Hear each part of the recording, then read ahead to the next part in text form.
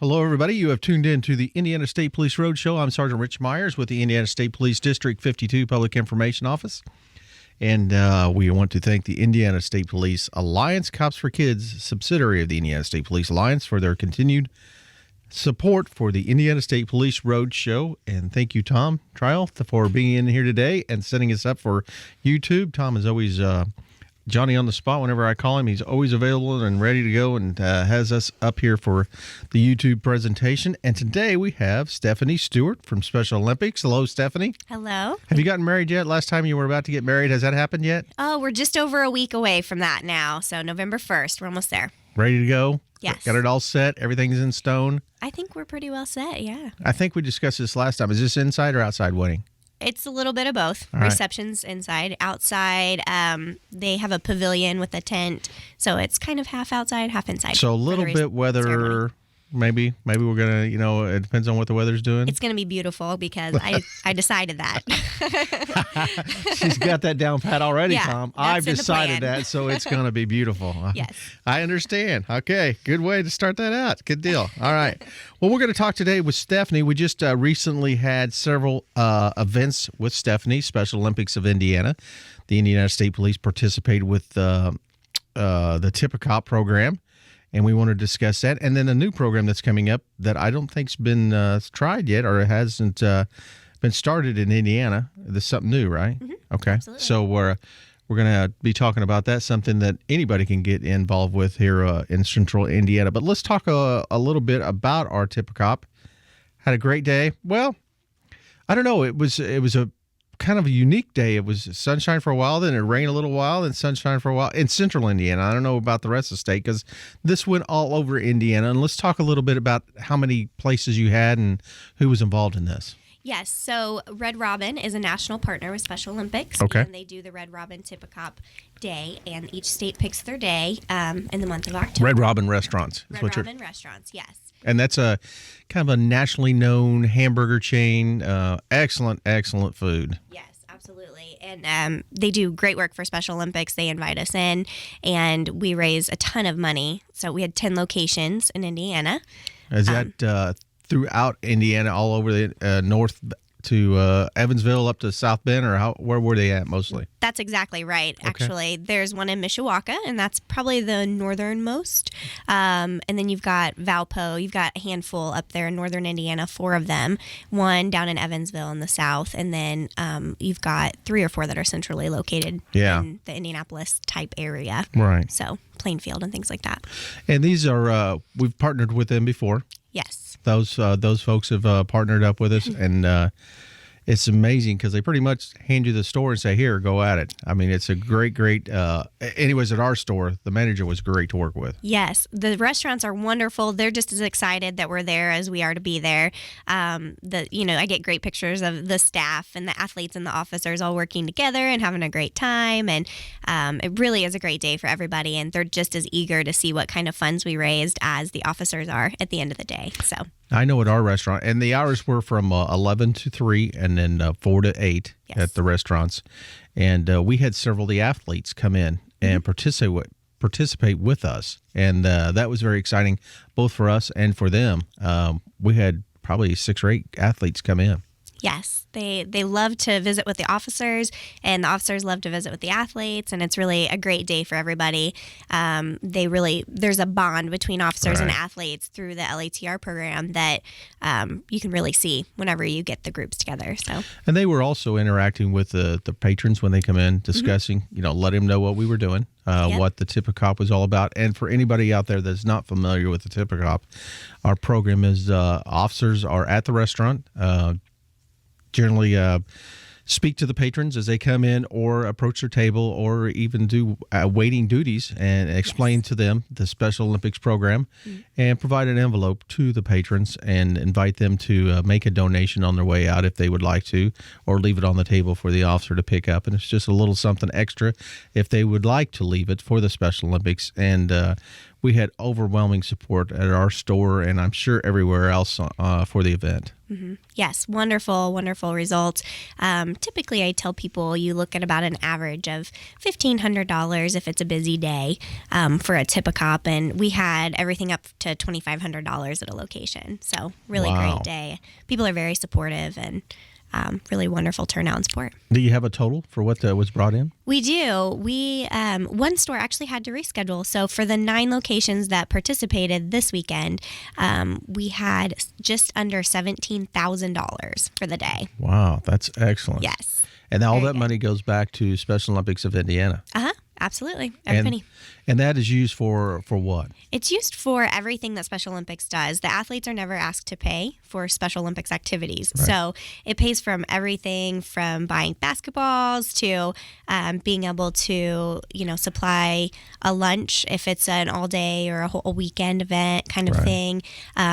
Venues sometimes cost money. Sometimes they're donated, but sometimes we do have to pay. Really, it pays for everything that happens and makes Special Olympics available. So I know the one thing it probably pays for, though, which is a very, very good thing for it to pay for, is the medals.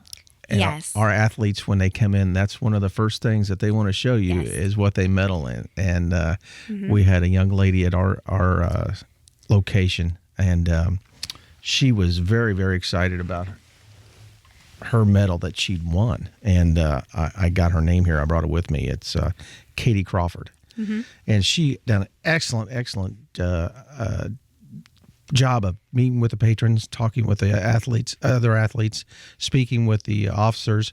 But she had that medal, and she was very, very proud of it. And she should be. She done a great job with it. Yeah, and they work hard for the medals. One of the misconceptions about Special Olympics is that it's something that happens one day in Terre Haute once a year. It's not like that at all. For every sport they do, they have to train and they have to train first, and then they have to have competition, and it has to be at least an 8-week span before they can go to a competition.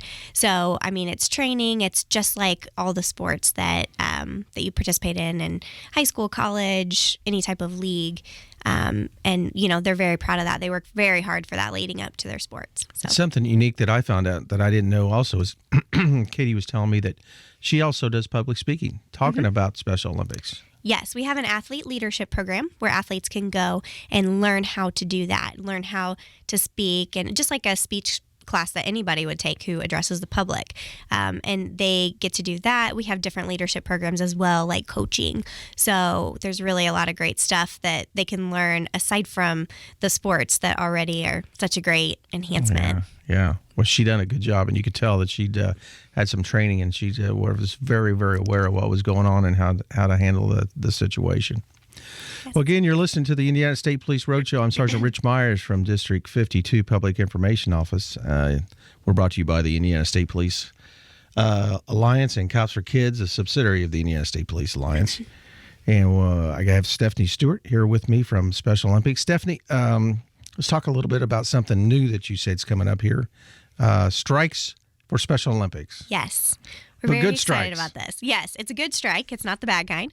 It is a bowling event, actually. And it's really neat that this is our new fundraiser because bowling is our top participated sport in the state. So Special Olympics By the athletes, you mean? Yes. Special Olympics athletes love bowling, and it's really a great opportunity for people to come out. They get to bowl with an athlete. So you get to meet an athlete. You get to see how great they are at bowling because bowling is, like I said, so huge in I Indiana. love bowling. I'm not great at bowling. I I'm pretty really much bad stink at it. bowling. Yeah. I'm really bad at it, but Will I the- like it. Will those bumpers be available? Can you put those up for a guy? I'm not sure. I haven't asked that question yet. That's a new one.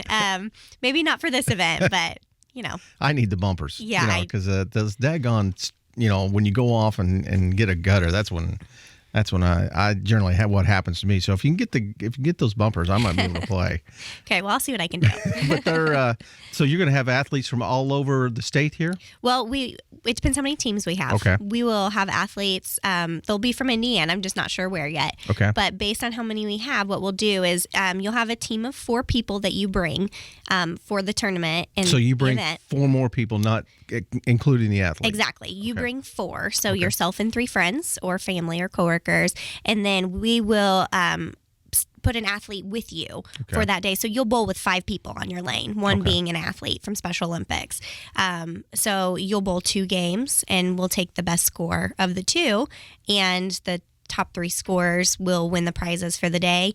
And then we also have a top fundraising award. So wow, good. Yeah. Now, where's this going to take place This at? is going to be at Woodland Bowl. It's in Indianapolis, 96th and Keystone area. Okay. So what times are we talking? it's December 13th, and registration starts at noon, and then we will start bowling right around 1. Okay.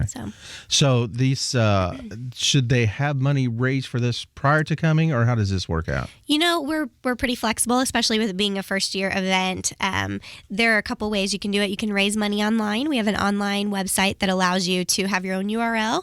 You can text, Facebook, tweet it out, email it out to all your friends and family and ask them to donate, or you can raise money cash checks that way as well.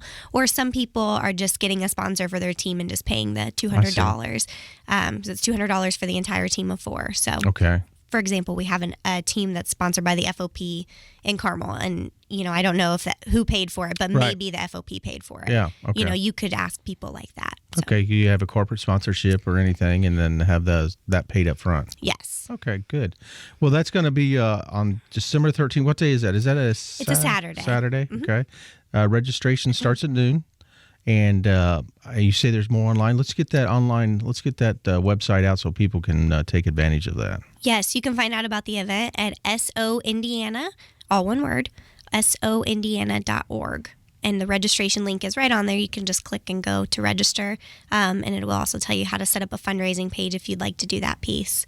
So we'd like to thank our committee. We have a great committee of law enforcement officers from various departments, including the state police, that are helping us recruit teams. They are helping set up the event and really doing everything to help coordinate this effort. And we'd like to thank Orchard Software, our sponsor of the event.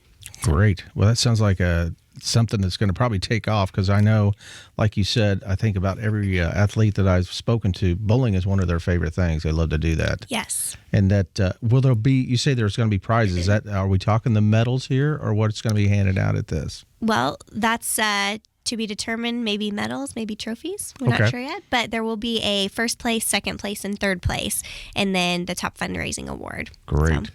December 13th, strike for Special Olympics at Woodland Bowl in 96th and Keystone. Make sure you get your team of 4 signed up for that. And we got anything else coming up? We got the Polar Plunge will be not too far away. Yeah, it'll be here before we know it. It's February. Okay. So soindiana.org, again, is where you can find Polar Plunge information and sign up for that. We have officers all over the state who do that. And that's growing larger and larger every year, isn't it? Oh, it's great. Have you done that? I've not plunged because I'm always a little bit too busy on those days to plunge. I think maybe we could get you to plunge. Maybe one of these days I'll have some time. I would do it. But would you do it? You wouldn't mind doing that? I would do it. I think it's fun. It's one of the most fun things we do, I think. Our events, actually, all of them tend to be pretty fun type. Now, is that a fundraising event too? Do you have to have so much money to participate in that, or how does that work out? Yes, for Polar Plunge, you have to raise $75. Okay. But we have people who raise way more. We actually have a program called the Super Plunger Program, and if you raise $4,000, you plunge at Indianapolis and another plunge. And so you get to go in the ice cold water twice. Wow, that's unique. Let's do that. Hey, people love it. Oh yeah, I know. It's great fun. Yeah. And so that's where is the plunge taking place at in Indianapolis? Well, we have in Indianapolis it'll be at Eagle Creek. Okay. And then there's actually one at Butler as well. All right. So. And then how many locations do you have around the state, or is that yet to be determined? This year we'll be at 12 locations, I believe. Really? Yes, we actually have added a few plunges this year. So. Do you have athletes participate in that also? Oh yeah. Uh-huh. Oh, you guys are everybody. We have a Chiefs Challenge. So what's that? The Chiefs Challenge, we have campus law enforcement who help run, or they do run a handful of the plunges. So, for instance, Purdue, Valparaiso, we have an assistant chief there who runs the Plunge, and he does a Chief's Challenge where he jumps in and he raises money, and they kind of duke it out to see who can raise the most money. So we have all kinds of challenges. You'd be amazed I'm the sure. challenges that go into that. That's So, good. That's good, clean fun. Yeah. Hey, we're down to our last 30 seconds. Stephanie, thank you so much for coming in again. And Absolutely. let's get out there, get involved with Special Olympics. It's a great event, great organization to be behind, and the athletes really, really enjoy being around the officers. So thanks for coming. Thanks for having me. Indiana State Police Roadshow brought to you by the Indiana State Police Alliance, Cops for Kids, a subsidiary of the Indiana State Police Alliance. We want to thank you for listening to our roadshow each and every week. Make sure that you stay buckled up whenever you're driving. It's your best form of safety, and make sure those kids are in those car seats. We'll talk to you again next week. Thank you. Bye-bye.